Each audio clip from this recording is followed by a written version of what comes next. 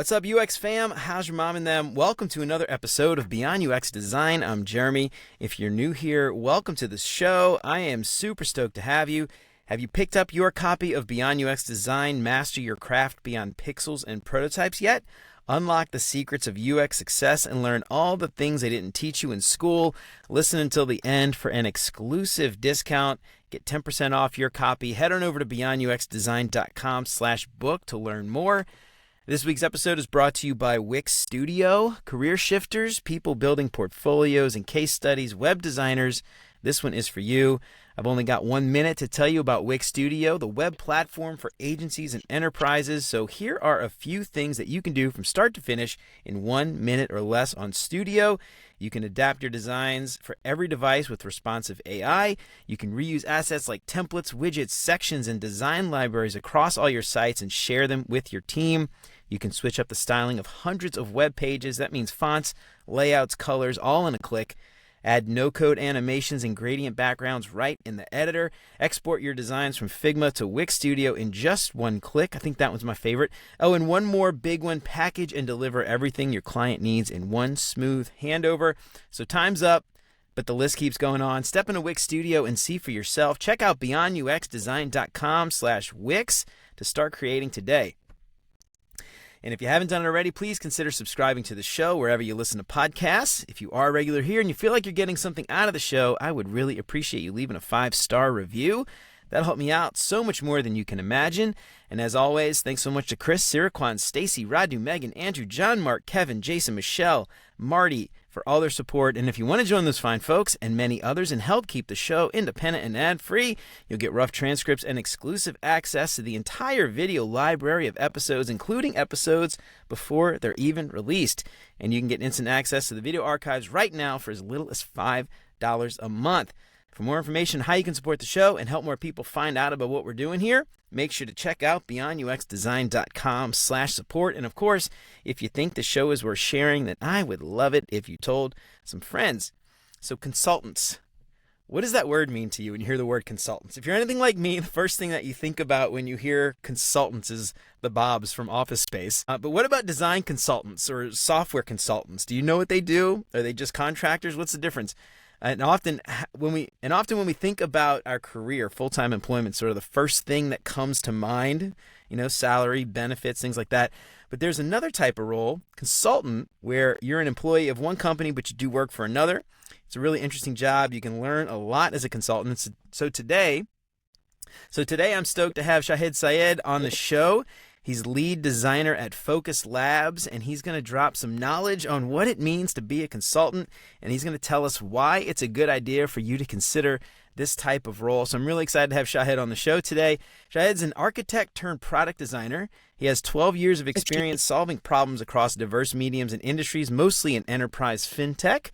Shahed currently leads the design consulting practice at Focus Labs, where he creates collaborative environments where both consultants and clients feel inspired and empowered to contribute towards good and profitable user experiences. So Shahed, welcome to Beyond UX Design. I am so excited to have you on. How's it going, man? Good. Thanks for having me. Yeah, of course, man. So I know I read a little bit of your bio there. Architect, you're actually, man, it's funny because I've interviewed already a few people who were architects turned UX designers. It's like a running theme, I feel like.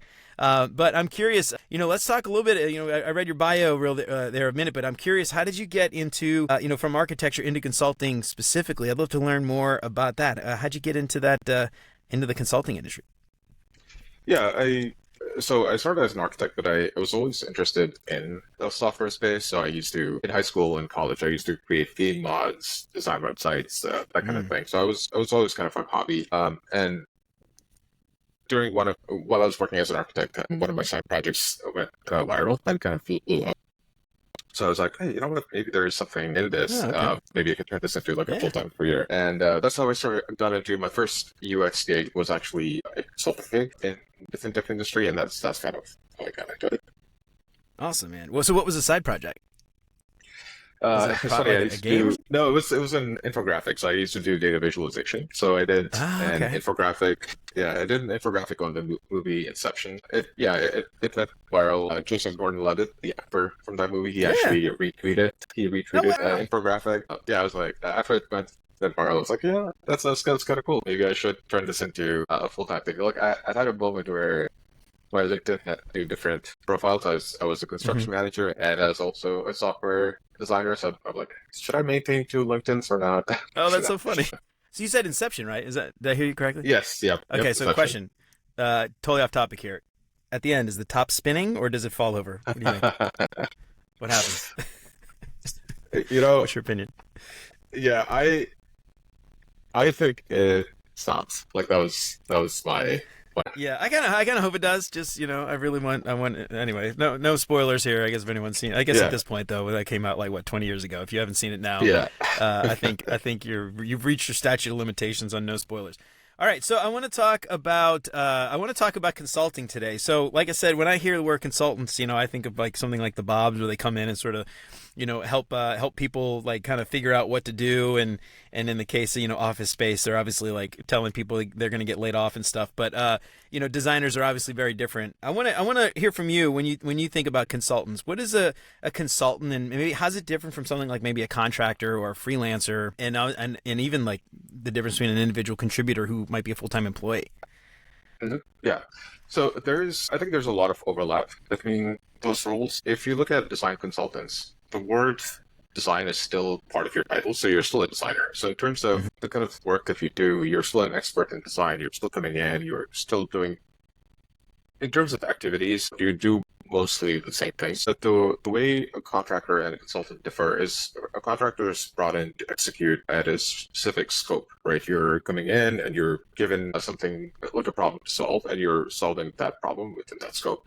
For a consultant, I would say you're going beyond just solving that problem, but also building that trust and advisory relationship. So what I see consulting as is you're leaving the client in a better place. It's almost like teach a man to fish, right? So you're coming Right. in and you're leaving them in a better place so that they can repeat the process and the improvements that you've put in place to be able to continue that and keep improving themselves. So the goal, I think, for consultants is to deprecate themselves, is that's how we operate. Like we go in, we want to basically fire ourselves. Like so that's the mindset we Yeah. go in with. We go in and we say, hey, you know what? Hey, you're at that point.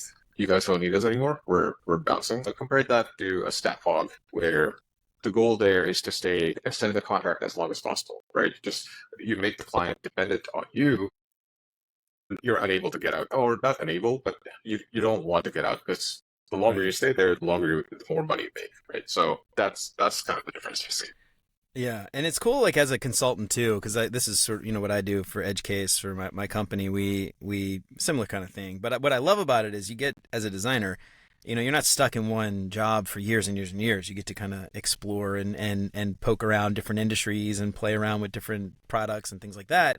Where my last experience was full time employee at a large global conglomerate, and I did that for like almost 8 years, working on almost the same thing. So, Yeah. not that either one is better than the other, but it's kind of interesting. So, I want to talk a little bit about from your perspective, like what is being a consultant like? When you come in, a lot of times, you might come in as the only designer that's working on a product. You might come in as supplementing it, others, or maybe even leading it. I'm curious, and maybe this might even be a hard thing to answer because it might be it depends, but I'm curious, Yeah. what is being a consultant like for those out there who might be listening that have no idea what consultants actually do? What is it like? Yeah, I think the biggest difference is when you first get on a project, it almost starts like you're starting a new job, right? You have new teammates, you have a new environment, new process, whatnot. So you're kind of getting familiar, but the difference here is that you need to be a lot more proactive because you're not there to solve a problem. You're also there to, like I said, upskill the client. So you're there Mm-hmm. as in this advisory role. The way I see it is the first thing is you have to hit the ground running. Especially at consultants at Focus Labs, the way we go in is in the beginning you're very technical. We go in there, and if teams are stuck, or there's politics, or there's red tape, or there's some things that are preventing them from producing and releasing features, like we want to get them unstuck, right? We want to deliver impact as fast as possible. So we actually run on weekly iterations. So our goal is to demo software and software every week. So whether it's working software or research or design, sorry that we're step away from the internal bureaucracy and like try to move past that and try to establish ourselves as change makers as fast as possible. So I think that is kind of the biggest difference when you first get into a consulting engagement. And the other part is to build trust and influence, right? So like you're going in there and uh, it's funny because when consultants first appear on the scene, everyone's kind of wary. They're like, "Wait, who are these guys?" Yep. You almost look like a threat because they're like, "Hey, is my job in danger? Like, am I in trouble? Like, Right. what's going to happen?" Right? So so in addition to all of you wrapping up and delivering on all that, you're also building trust with the client teams and kind of showing them, "Hey, you know what? We're actually here to help everyone, not ourselves, but like, we're all in this together." And then how do you build that trust? How do you build that influence in addition to what you're actually brought in for to deliver? Right. Yeah. Yeah. It's kind of interesting you mentioned that because it's funny. Like I said, I worked at this big giant conglomerate, and we would often hire companies like Deloitte, or somebody would come in and they would have all these ideas, and it's funny because the thing that I kind of felt a lot was that threatened. I felt threatened, like you kind of mentioned, because I'm like, I've been here forever. I know the problems that you have, and you hire this company, pay them millions of dollars, and you listen to them, and they have no idea about any of this stuff. And you're paying me, but you don't listen to me. You Yeah, listen to them. So it's kind of interesting. I want to talk a little bit about that because this is sort of something where I feel like, again, like thinking about the sort of theme for this show, it's like, would you want to get into it? But also, a lot of designers are going to end up working with consultants. And I think it's interesting to kind of hear from a consultant's perspective your view of that and how someone should feel about a consultant when they are hired and you feel threatened. So I'm curious, maybe both sides of that. Like, how would you handle that as a consultant? But then, how should individual contributors feel and interact with you as a consultant to get to get the best possible product in the end? yeah, absolutely. I think so. I'll give you my view from the consultant side. So when I go in, and I understand that threat, right? Like I understand that, I'm going in and going to start disrupting things, possibly. So the initial goal is to build that trust. So we go in Mm-hmm. there and say that, hey, you know what, we're actually all in this together, uh, and then establishing that trust early is the most critical part of it. It's the way I see it is, software, like the problems that we work on for design or for software or whatnot, they're actually pretty easy. Like they're not no software. I think it's the people part that's the hardest, right? Yes. Oh, yes, So dude. so it's how do you bring people along with you is like the biggest challenge. But the way I see it as a consultant is I'm going in there with the intention and with the goal that all these people that I'm going to be interacting with are going to be in a much better place than when I leave them, right? And that's also the goal. Like the consultant has to go in there with the intention that we're gonna upskill them and then we're gonna leave. Like that should be the goal. Maybe that's not communicated often, which is why there is that feeling of territory and is like a staff hog, which is why they might feel like, oh, these guys are gonna be here, we're gonna be taken out. But there's also that, like you mentioned, it's they have been here for years. Like I know all this stuff, and you're bringing these consultants to kind of work on these problems and what gets right. So how do you deal with that? Again, it all comes back to trust and then Mhm. building that trust and establishing it. Y- Yeah, that's funny. Yeah, yeah, it's funny you mention that. That's something I think about all the time. Software, you write the code, it spits out exactly what you typed in. It's it's pretty straightforward. I used to say easy, and I had developers friends who would get mad at me. Software's not easy. It's very Yeah. straightforward. What makes software really hard is the people, the Yep. personalities, the processes, that we've built, that the people have built, and the red tape and the bureaucracy and all that stuff.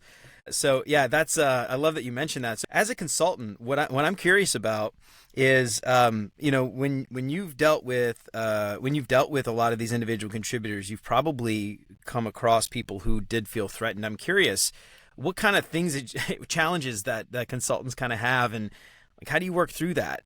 Somebody gets a job as a consultant, they're going to run into these things. What advice would you have for somebody who runs into those things? they're standoffish. They don't want to deal with you. Last year, this consultant coming in, I'm gonna do my own thing the way I want to do it. How do you handle that? Yeah, I think I've been pretty fortunate with the types of people that I've dealt with are open and collaborative. Like they might be a little, threatened. Like you can tell by their body language and with the way they approach you. They're like, okay, who is this guy? Why is he here? What's going on, right? So the biggest thing that I've done personally is being vulnerable, right? Like Mm-hmm. showing that yeah, I'm here on your side. So whether that means having initial conversations with them, pairing with them, like design pairing is huge. Yeah. You jump into them in Figma, and you call them in a working session. He's like, "Hey, I'm working on this. What do you think of this design?" Right? Or say, just get their feedback. So you want them to have ownership in the work that you're doing. So I think that's the biggest or that's the most effective way I've seen in earning trust from other designers is to kind of bring them along in that process so that they have ownership of the design and it doesn't feel like, oh, this consultant did this thing by themselves and, it creates that animosity and it's like the other end of the designer. It's like, hey, this is something that consultant did. And part of it also goes into not just for designers, but also bringing the other disciplines along. So whether it's PMs, whether it's engineers, whether it's the users, other stakeholders, all of them should feel that they've been part of that process. I'll give you an example. We were in this one project that had uh, this small company had consultants brought in before us, and what these consultants did was basically did a whole bunch of research and then created a whole bunch of screens. But the product that they delivered only met the needs of one of the teams of the company. So, and the product was basically a mess. Like it did work. There were 9 different teams, and the product only worked for one of the teams. So the other 8 teams were like, "This is useless. We can't use this, right?"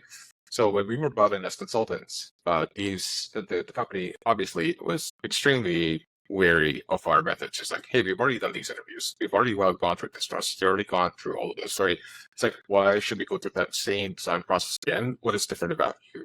So we had to first earn the trust that we can actually deliver, and we're going to be collaborative, and we're going to bring you along the process.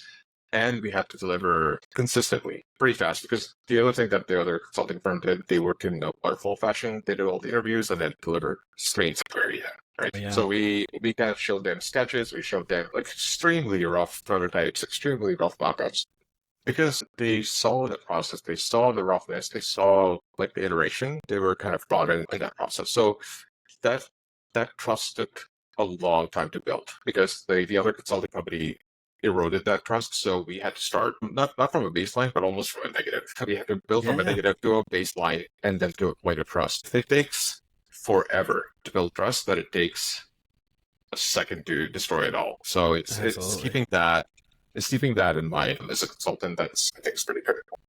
Yeah, as you bring up a really great point too, that you're not the first consultant that a lot of these companies have hired, right? Your company is probably fixing something that someone else broke, or fixing something that broke somewhere else. And so, if they've had a bad experience with consultants, that's going to tarnish the reputation of any other future consultant.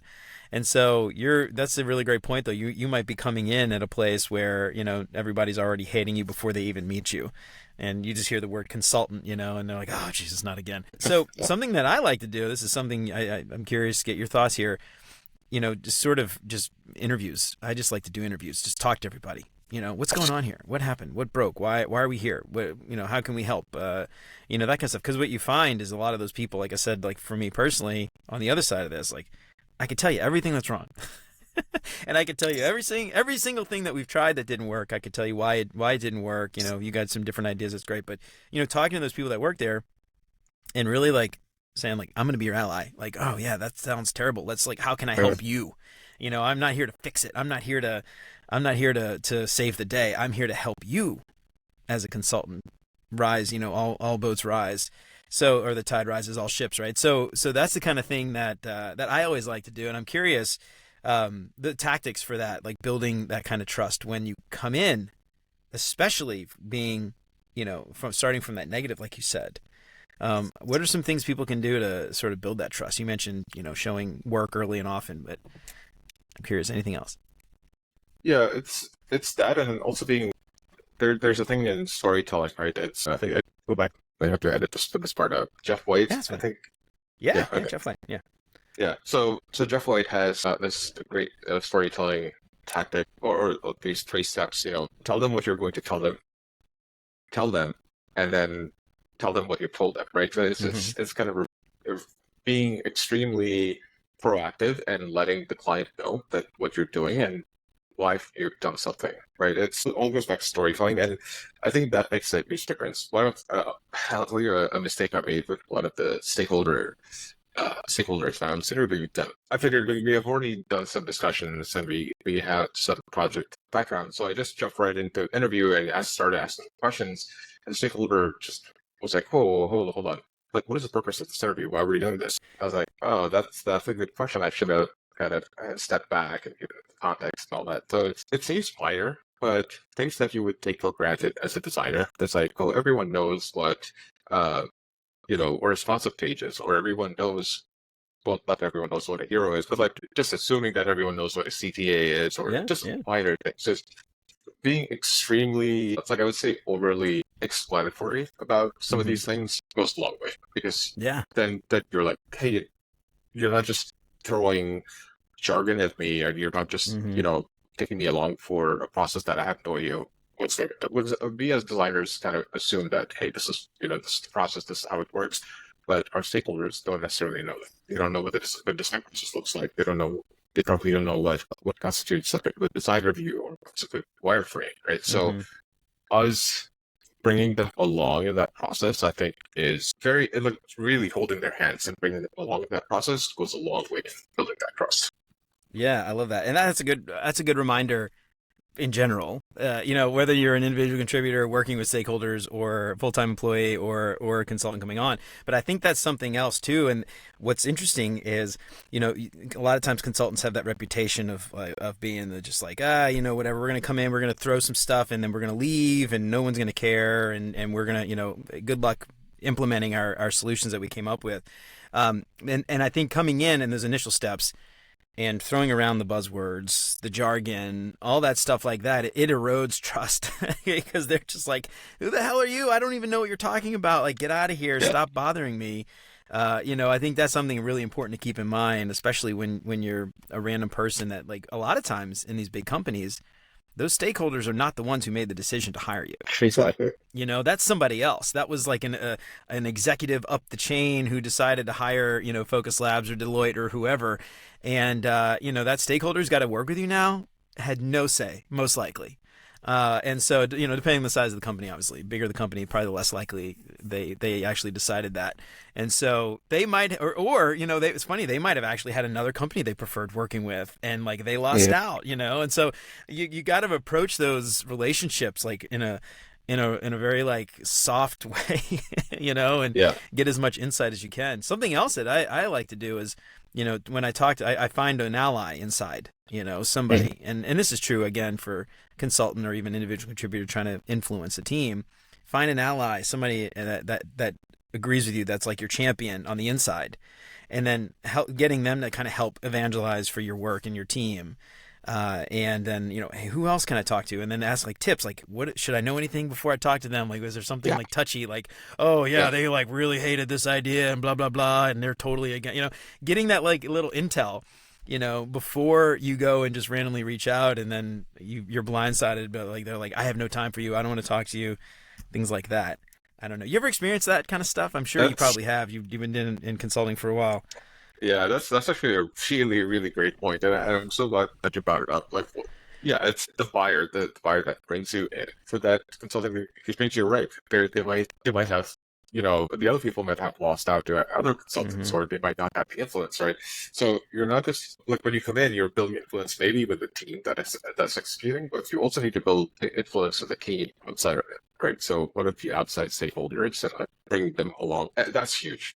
I'm sorry, you brought up another really good point. I'm just blanking on that. Oh God, I have no idea. Sorry. Uh, I was talking about internal Oh, teams allies. needing to influence allies. Yeah, yeah, yeah. There you go. Allies, yes, yeah. Perfect. Sorry, it's blank for a second. That's okay, dude. uh, yeah, for allies is so crucial. Like, and especially Mm-hmm. like going back to the point of software is easy, people are hard. Getting that type of intel from these people, oh, this person, hates meetings on a Tuesday afternoon, something like that. Just making Mm-hmm. up like a random Yeah. example, but like just getting like the little quirks and the personalities and like understanding things about people goes a long way. Because getting to know those people and being proactive about it helps you build that trust. It gives you a shortcut to build that trust, right? Because Yeah. you're like, Yeah. hey, I kind of know like this info about this person. I can use that to my advantage and get to building that trust faster and making that impact faster. So that is an amazing point that you brought. Like finding those allies, finding people that are able to give you intel on the people on the inside, it's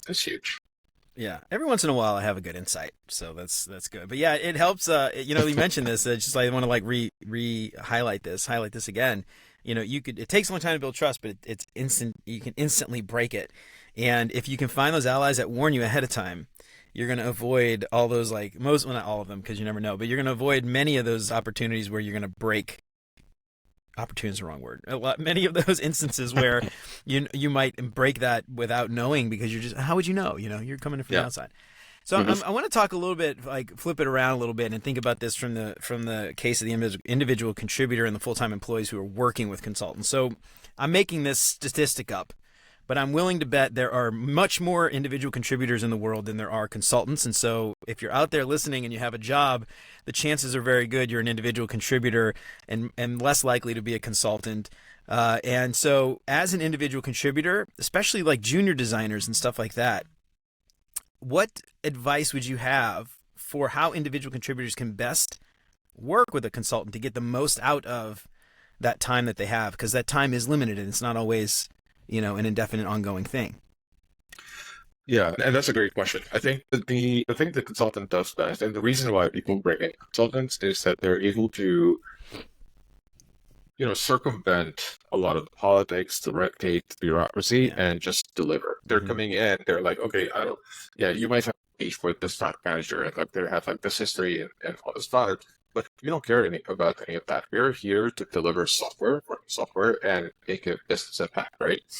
So what I would say for IC designers is you can almost think of a consultant as if you're familiar with Formula One racing, like you could think of like a lead car. There's a concept called slipstream. So what happens is a lead car punches a hole in the air in Oh front of them. yeah. Okay. Yeah. So Yeah. that what that does is it makes the cars behind not have that air resistance. So the cars behind can get behind the lead car and actually go faster.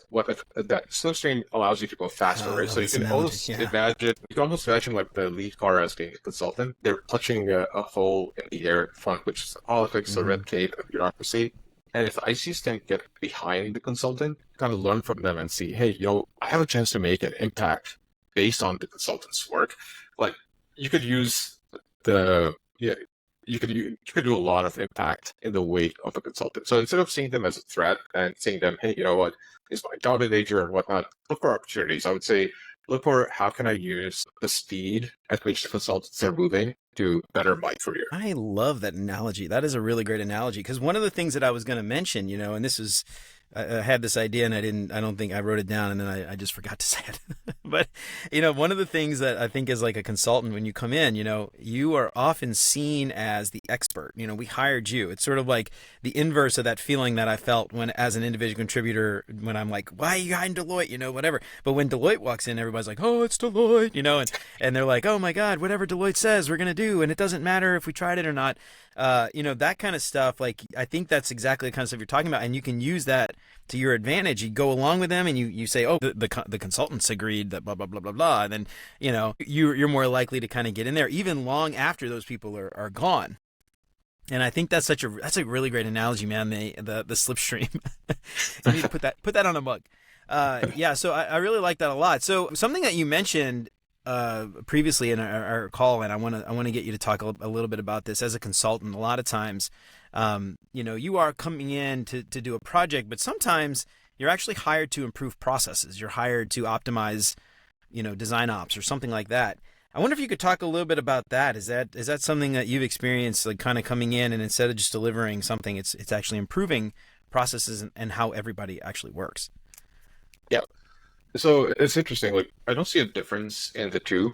in terms of delivering work and a good process. I think they're tightly coupled because you cannot do good Hmm. work without good process. And Good the call. challenge of that is that it's easier to deliver work than it's to improve process because improving process obviously takes a lot more effort, a lot more energy. So we kind of do both. So we come in and we don't try to completely disrupt the client and we say, hey, your process sucks. We're going to throw everything out the window. We actually come in and see the first step in any problem, whether it's consulting, design, whatnot, is understanding, right? So we get a lay of land, we understand what's happening. But for us, delivery is always key, is always paramount, right? So we always make sure we're delivering because we want to show that change.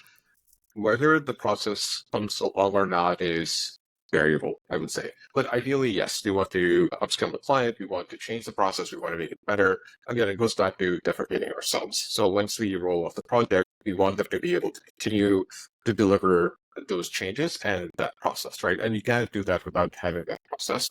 Process is something I think we can, in my experience at least, is highly variable. And the answer there is it depends. But making an impact, delivering software is the primary goal. Yeah.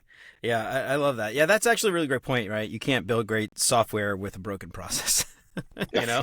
And so you've got to sort of like fix that. And that's interesting because, yeah, I mean, it's funny because a lot of these, I'm just thinking through that. It was maybe a weird, silly question because a lot of these companies, they often assume that their processes are totally fine. Very few do leaders have this sort of, like what's the right word? Have this sort of insight that and willing to admit that their processes and their ops are like totally broken. And Yep. so, often you come in, you're going to see like, oh, this is why you couldn't do this thing in house. This is why you couldn't complete this project. And then as the consultant, you're like, oh, the savior, coming in to save the day. I think that's something that a lot of people probably, I don't know, don't realize that that's even happening. So anyway, I love that analogy. So I want to change it up a little bit and talk about career growth and how being a consultant is beneficial for your career versus something like an individual contributor working at a company for some longer period of time. Talk to me a little bit about, like, from your perspective, benefits you've seen from being a consultant versus maybe something like an IC. Yeah, I think the biggest benefit is the range of problems that you see as a consultant. As an IC, I've worked in IC for a number of years, and the problem space is generally the same, right? You might have some changes in the problem space. Generally you understand the business, you understand the context, and you're delivering with kind of the same teams. What consulting allows you to do is to get experience across like a range of industries, a range of teams, and a range of problems. Like you would see, and again, it goes back to software is easy, people are art, that kind of thing. Like, you go into like these different, it keeps you on your toes. You're solving new problems all the time. And that keeps it fresh. Like I would say it's like very hard to become stale or become complacent as a consultant because you're always looking to, hey, what's the next new thing out there? Because you're seen as the expert, so you need to be on top of your game and you're on top of your knowledge. So you're always upskilling yourself so that you can upskill your clients. So I would say that is, at least for me, that was how I always saw consulting as an advantage. But I think that the other thing that I see nowadays, with the UX industry or the content industry in general, has been decimated by layoffs, right? And I think a lot of the conversation that I've been seeing is how do we, as designers, prove our value beyond just design, like, or beyond just pixel pushing, or beyond just like the day-to-day activities that we do. Like, where's the business value of design? Like, how do we demonstrate our value beyond just what design has been usually thought of? So, that cliche of seat at the table, like, it's just like we have that, but for the most part, right? Whereas I think the conversation now is like, what else can designers do to stand out and to stand out from the crowd and prove that value? And I think consulting is it, because consulting gives you, in addition to being a designer, you're also learning, I would say, universally applicable skills. You're learning influence, you're learning building Yeah. trust, you're learning presentation, you're learning business value. Like, all of these things are, so I would say one of the designer's biggest jobs is to be able to influence and show the art of the possible and show teams how that's possible. And consulting gives you that toolbox to be able to articulate that vision and articulate your value. So I think for me, it used to be that, oh, you get all this experience working as a consultant. But lately, I've been thinking, all of these other soft skills that consulting gives you is almost a superpower Yeah, that's I going to totally really agree. supercharge your career as a designer. Yeah, I totally agree. I 100% agree. And that's something too, one of the things that I always like to say is, and this is, again, goes back to the whole theme of the show, right? Beyond UX design. And I say you're more than a designer because there's more to UX than design. And the stuff that I think about is, I love this Antoine de Saint-Exupéry quote about building a boat. And if you want to build a ship, you don't bark out orders, find people, you teach them to long for the vast and endless sea. And, Mhm. this is something that it's maybe easier said than done, obviously. And I think as a consultant, though, when you're hired to come in and save the day and teach the people to long for the vast and endless sea, you have a platform. And you can kind of come in and you can do that a lot easier, I think, than sort of those individual contributors can. And so the point here is that as an individual contributor, you should be trying to do that, but it's often very hard. And you're coming against like walls and roadblocks and people who just don't agree with you. And especially if you're a junior designer and you have no real authority, how do you influence that team? On the other hand, a consultant's hired to do just that. And so you're coming in with that platform and a soapbox in a sense, and so you're able to do that, and you're not constantly being like torn down, worn down, and I think it's a little easier to kind of do that work, which I don't know. I appreciate that, I guess, is the point. Not to say, there's an unfair advantage or anything, but it's just sort of the nature of the work.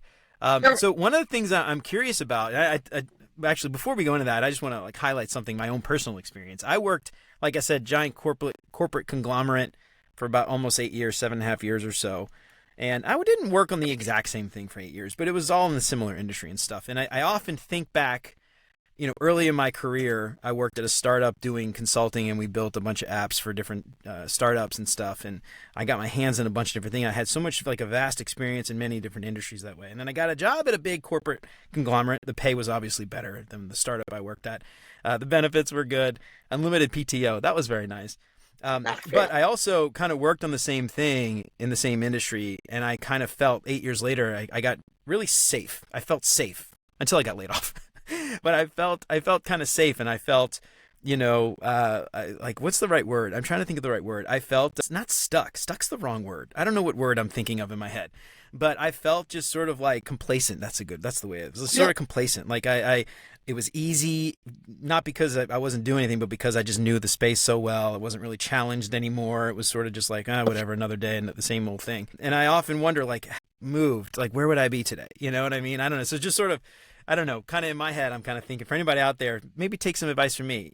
I think it's nice, you kind of, jump around, do different things, learn different things. And I think, like you said, you build up your repertoire and you get more experience, and that diverse experience allows you to come up with the next project with just even more ideas because you've seen a bunch of different ways to solve different problems, and you're not always kind of approaching it from the same angle every time. So I really like that.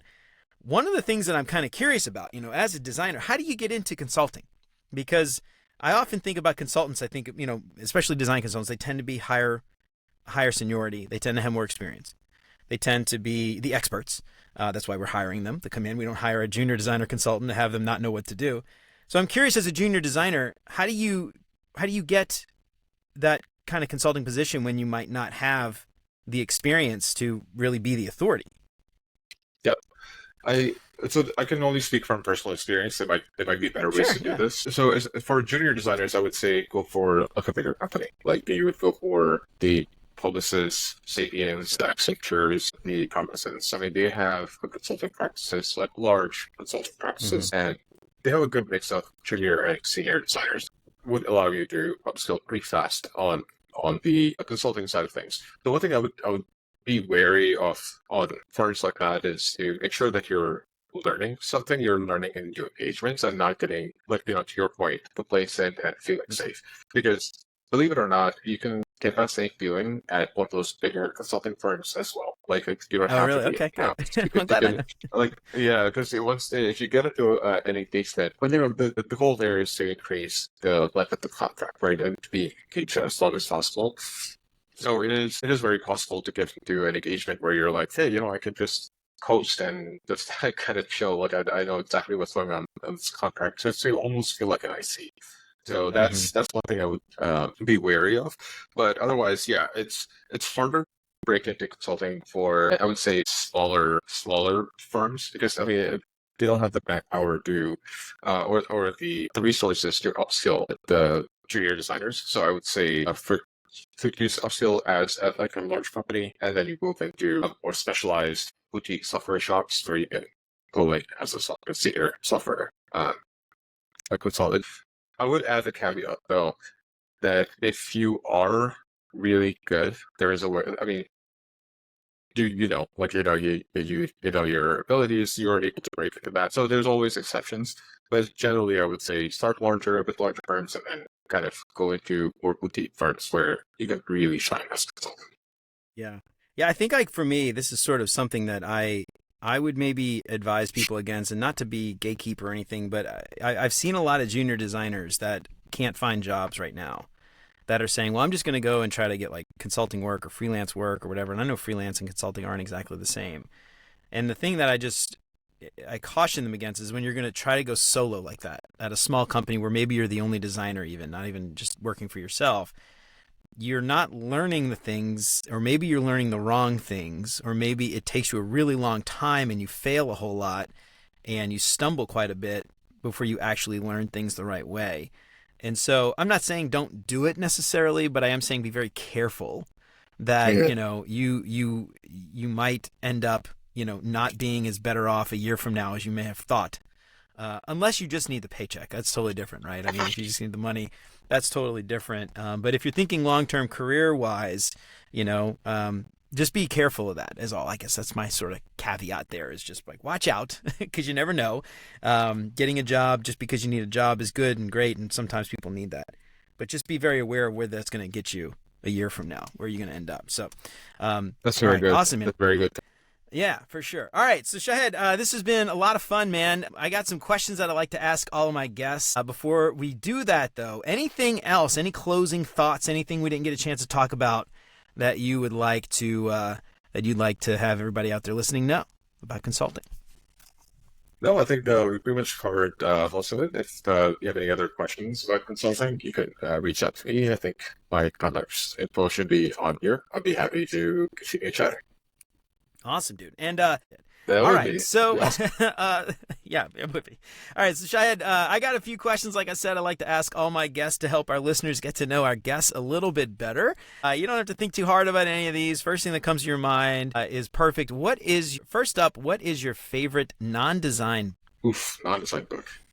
I've been reading a lot of non-fiction, like self-improvement, not Hmm. self-improvement, it's like business books. Yeah, yeah. So I'll just go with the first one that I'm reading right now. I'm reading the personal MBA, and it's been good. There's a lot of the sections on systems thinking. What do you call it? The social aspect of it, like dealing with people, Hmm. like how we talked about software easy, people are hard. Like there's a lot of stuff in there that's just like a good unlock in how you deal with business, people, and the processes. Awesome. Yeah, good stuff. I'm big on like the nonfiction stuff myself. I don't know. I just like I don't know. I wish I had time to read more like fiction and stuff. Yeah, And there's a lot of value in fiction, but I don't know. I just with kids and stuff. I don't know. You got three. I don't know where you find time to even read. I don't know like anything, the, let alone yeah. books. All The right. good thing is the chapters are really short, so it takes you like about less than 5 minutes to read each, which is nice. There you go. Yeah, that's why I like O'Reilly books, because every chapter has a summary at the end. I can Yeah, just skim through. Except for Tom Griever, Articulate Design Student. Totally read your book, Tom. All right. What is your favorite non-design podcast? non-design podcast. I would say the Unscheduled CEO by Jonathan Okay. Courtney. I'm not He familiar. it's funny. He just rambles on and on for like 2 hours, but there's a lot of good insights and nuggets about how to run a business that I think is really valuable. You get like get inside of a mind of a CEO and how they think about running like $1 billion business. So just kind of used to it. That's it. I love it. Yeah, those are cool, especially like for people like who have no insight into that. Podcasts Yeah. like that, a great way. Like I don't know, 5, 10 years ago, I don't know how you would have ever gotten that information. Like maybe a blog article, maybe a new, Exactly. maybe like the Wall Street Journal or something. But yeah, I love this. It's just interesting kind of insights that you can get from those podcasts nowadays. All right, what is your favorite meal? This could be something you cook, something your grandma used to cook, something you had at a restaurant. Favorite meal? Oof, that's a tough one. I had puri halwa at my mom's place the other night, so I'm gonna go with that. It's just like these circular flatbreads that are deep fried with chickpeas and potatoes and all that. Just Oh, okay. very good comfort food. I've never heard of that before. What nationality is that? Is It that says India. It's Indian Indian? or Okay. Pakistani, if they, yeah. Okay. What is it called again? It's called halwa puri. Okay. Yeah, I've never heard of that before. Yeah, it's funny because, like, as an American white dude, I don't know, like Indian food, the only Indian food I'm really familiar with is like the stuff you get at like the local Indian restaurant. And a lot of that, it's because I used to work with a lot of Indians, and the broad range and depth of Indian food. I mean, there's so many different cultures and subcultures, and the food is like just so unique in every little part of India. Yeah, But when you go to Indian food, it's just like curry, like yeah. that one thing, I know. tikka masala or something, It's and funny so because you don't really get the experience. yeah, it's funny because India is kind of like 35 different countries. When you think about Right. it. So yeah, Exactly. Well, it's funny. It's just like, American, you go to like, I don't know, Europe or something. What's an American restaurant? Like hot dogs? I mean, that's like doesn't cover, just American food. There's so many different sub things. It's just funny we do that with Indian, and Chinese is the same, It's anyway. yeah, that's funny. I love that. All right. Let's see. What's up next? What's your favorite vacation spot? Ooh, I would say St. John's and the U.S. Virgin Ooh. Islands. All Yeah, right. it's Right on.